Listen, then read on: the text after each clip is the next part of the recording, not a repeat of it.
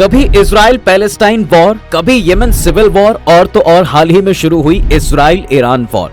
ऐसा नहीं लगता कि मिडिल ईस्ट में हमेशा ही जंग लगी रहती है? 100 सालों के इतिहास उठाकर देखें तो अब तक यहाँ लाखों लोग मारे जा चुके हैं, कई इकोनॉमीज तबाह हो चुकी हैं, गरीबी बेरोजगारी इतनी ज्यादा है साहब, लोगों के पास ना तो रहने के लिए मकान है और ना ही वो अपने लिए अच्छी लिविंग अफोर्ड कर सकते हैं। लेकिन फिर भी ट्रिलियन ऑफ डॉलर्स यहाँ वॉर पर जाया किए जा रहे हैं।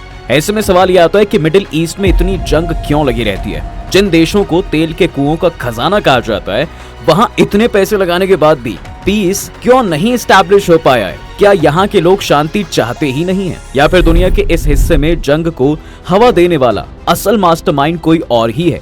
ये है दुनिया के नक्शे पर बसा मिडिल ईस्ट और ये है ईरान और इजराइल, जो आज एक दूसरे के कट्टर दुश्मन बन बैठे हैं। इन दोनों के बीच गर्मा गर्मी इतनी ज्यादा है कि ये जंग का रूप लेने वाली है।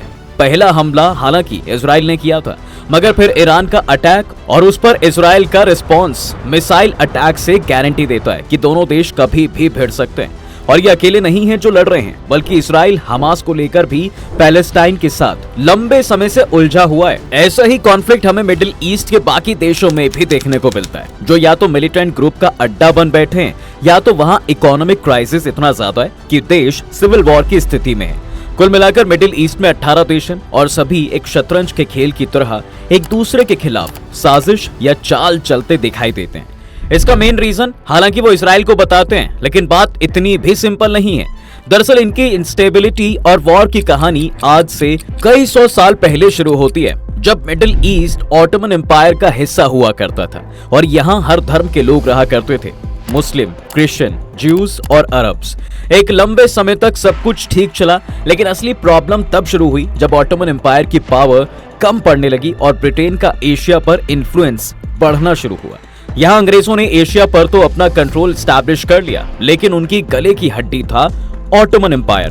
ब्रिटेन जानता था कि लॉन्गर रन में उसे खतरा ऑटोमन एम्पायर से ही है, इसलिए उसकी पावर को कम करने और एशिया तक पहुंचने वाले इजी सी रूट को कब्जाने के लिए उसने ऑटोमन की पावर्स को तोड़ना शुरू कर दिया। इसके तहत सबसे पहले उसने अपनी कॉलोनी यूएई को बनाया, फिर उसके बाद दूसरा अग्रीमेंट उन्होंने यमन के साथ किया।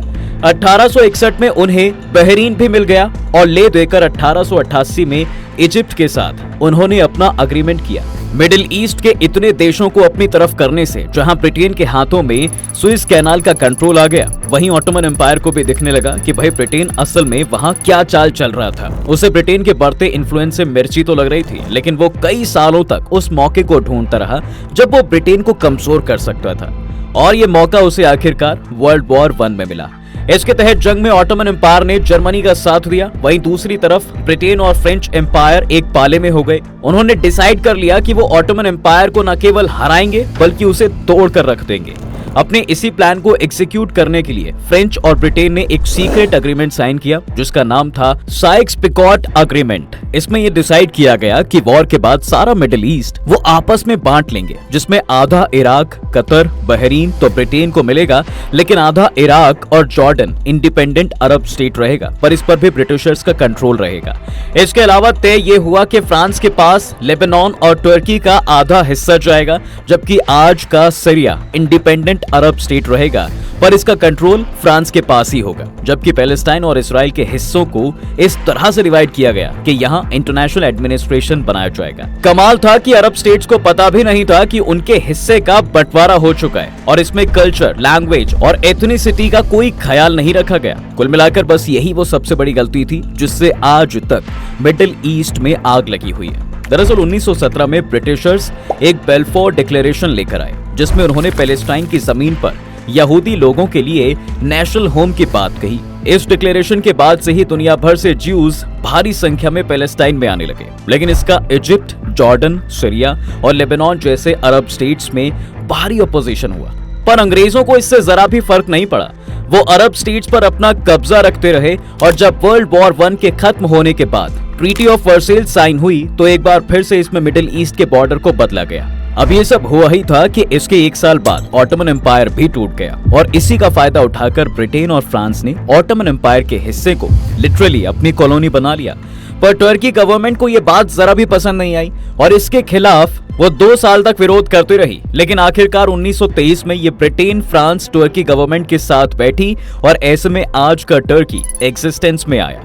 आप ये भी कह सकते हैं कि आज के मिडिल ईस्ट बॉर्डर इसी ट्रीटी का नतीजा है। खैर, इस ट्रीटी के बाद जहां लग रहा था कि भाई सब कुछ शांत हो जाएगा, वहीं एक प्रॉब्लम इस डिवाइडेशन के साथ भी आई और वो ये थी कि इसमें कुर्द लोगों की एथनिसिटी को टोटली इग्नोर किया गया। कुर्दिस्तान के लोगों की लैंग्वेज, कल्चर और एथनिसिटी सब कुछ अलग था, लेकिन फिर भी इनका आधा हिस्सा जहां टर्की में रहा, वहीं बचा बाकी हिस्सा इराक, सीरिया और ईरान में था।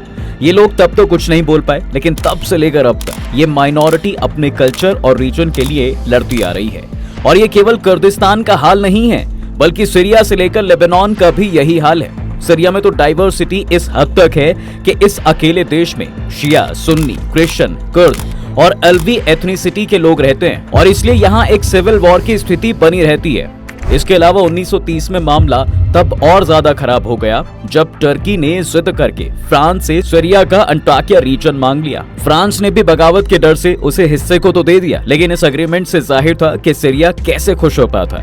उसने भी इसके खिलाफ आवाज उठाई और तब से लेकर आज तक सीरिया और टर्की के बीच इसी हिस्से को लेकर घमासान जारी है। सीरिया के लिए जहां अंटाकिया उसका है, वहीं टर्की के लिए वो उसकी टेरिटरी है। इसी तरह दजला और फरात नदियों के पानी को लेकर भी सीरिया, टर्की और इराक के बीच भारी तनाव है। खैर, ये तो रही जमीन को लेकर तनाव की बात, लेकिन मिडिल ईस्ट में अशांति का एक और रीजन है साहब, और वो है इनका नेचुरल रिसोर्स ऑयल। दरअसल लेट 1930s में हुआ ये कि अरब वर्ल्ड में तेल मिलना शुरू हुआ, जिससे अमेरिका और ब्रिटेन की नजर तो इस पर पड़ी ही, पर इससे पहले अरब वर्ल्ड में भी एक दूसरे को लेकर जंग छिड़ गई। जैसे कि इराक कुवैत को वापस अपने हिस्से में मिलाने के लिए जंग करने के लिए भी तैयार हो गया, क्योंकि किसी जमाने में कुवैत भी इराक का हिस्सा था। यही सिचुएशन मिडिल के बाकी देशों में भी थी, जो आगे चलकर एक बड़ी मुसीबत की वजह बन गई। मतलब एक तरफ जहां नेचुरल रिसोर्सेज किसी देश की इकोनॉमी को उठाने का काम करती है, वहीं मिडिल ईस्ट के लिए उनके ही रिसोर्सेज उनका सरदर्द बन गए। और ये सिचुएशन तब और भी ज्यादा खराब हो गई जब ब्रिटेन ने पैलेस्टाइन में एक जूइश स्टेट बनाने की बात कह डाली। इस सोच का अरब देशों से भारी विरोध मिला। दरअसल जिस जेरूसलम के करीब वो इजराइल बसाने की बात कर रहे थे, वहां पहले से ही मुस्लिम और ज्यूज दोनों के लिए हॉली लैंड था और यहाँ के पार्टीशन प्लान को अरब देश एक्सेप्टेंस करने को तैयार नहीं था। उन्होंने इसे 2 स्टेट सॉल्यूशन को रिजेक्ट कर दिया था। यहाँ तक कि अरब लीग के लीडर अजाम पाशा ये कहने से भी पीछे नहीं हटे कि ज्यूज और अरब के बीच पैलेस्टाइन को पाने की होड़ का परिणाम केवल वॉर से ही निकल सकता है, फिर चाहे पैलेस्टाइन हार ही क्यों ना जाए। अब इस स्टेटमेंट के बाद से ही इजराइल और पड़ोसी अरब स्टेट्स के बीच पॉलिटिकल टेंशन अपने चरम पर पहुंच गई। लेकिन इन सब का कोई फायदा नहीं हुआ, क्योंकि 1947 में अमेरिका ने पैलेस्टाइन को 2 हिस्सों में डिवाइड कर दिया। एक तरफ जूइश स्टेट बनाई गई और एक हिस्सा पैलेस्टाइन को दिया गया, और जेरूसलम मुस्लिम और ज्यूइस दोनों के लिए हॉली लैंड होने के कारण इसे इंटरनेशनल कम्युनिटी का हिस्सा बनाया गया। इसके 1 साल बाद ही ब्रिटेन भी जब पैलेस्टाइन से गया तो इजराइल ने खुद को इंडिपेंडेंट स्टेट बना दिया। इसके बाद से ही ज्यूज और अरब के बीच हिंसा इतनी तेजी से बढ़ी कि मिडिल में अशांति की लहर ही दौड़ गई और यहीं से शुरू हुई फर्स्ट अरब इजरायली वॉर। इसमें एक तरफ तो अपने देश के लिए इजराइल खड़ा रहा, वहीं दूसरी तरफ इजिप्ट, जॉर्डन, इराक, सीरिया और लेबनान पैलेस्टाइन की जमीन के लिए इजराइल से भिड़ गया। इस जंग में आखिरकार जीत इजराइल को मिली, लेकिन उसने पैलेस्टाइन की 60% जमीन को भी अपनी जमीन में मिला लिया। हालांकि अब इजराइल देश तो बन चुका था, लेकिन अरब देशों ने कभी इस देश को एक्सेप्ट नहीं किया और इसी का नतीजा ये निकला कि मिडिल ईस्ट में इसे लेकर जंग कभी खत्म नहीं हुई। और वो भी इसलिए क्योंकि कई पैलेस्टीनियन जो पहले फिलिस्तीन देशों में रहते थे, वो अब लेबनान में आकर रहने लगे और इस वजह से भी इजराइल के रिश्ते अरब देशों से बेहतर होने के चांस कम ही रहे हैं। एक तरफ तो इजराइल में ज्यूस लोग आकर रहने लगे, वहीं दूसरी तरफ सारे अरब देश फिलिस्तीन को उसका हिस्सा दिलाने के लिए जंग में कूद गए।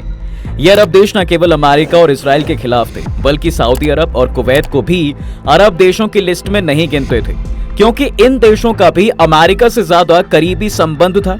1956 में इजिप्ट और इजराइल के बीच मामला तब और बिगड़ गया जब इजिप्ट ने सुएज कैनाल पर अपना एक अधिकार जमा लिया और एक बड़े सुएज कैनाल क्राइसिस को जन्म दिया।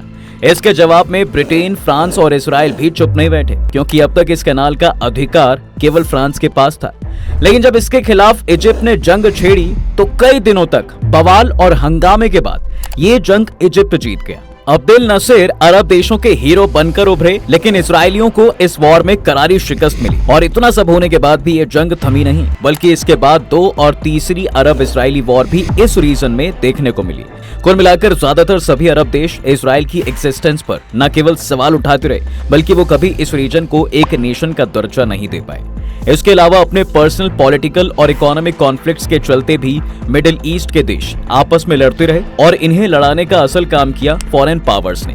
अमेरिका और सोवियत यूनियन जहां एक तरफ कोल्ड वॉर में थे, वहीं दुनिया में अपनी पावर और इन्फ्लुएंस को दिखाने के लिए उन्होंने मिडिल ईस्ट का सहारा लिया। इसके लिए यूजर ने इजिप्ट को सपोर्ट किया, लेकिन अमेरिका इजराइल को सपोर्ट करता आया और यही इंटरवेंशन मिडिल ईस्ट के बाकी देशों में भी थी।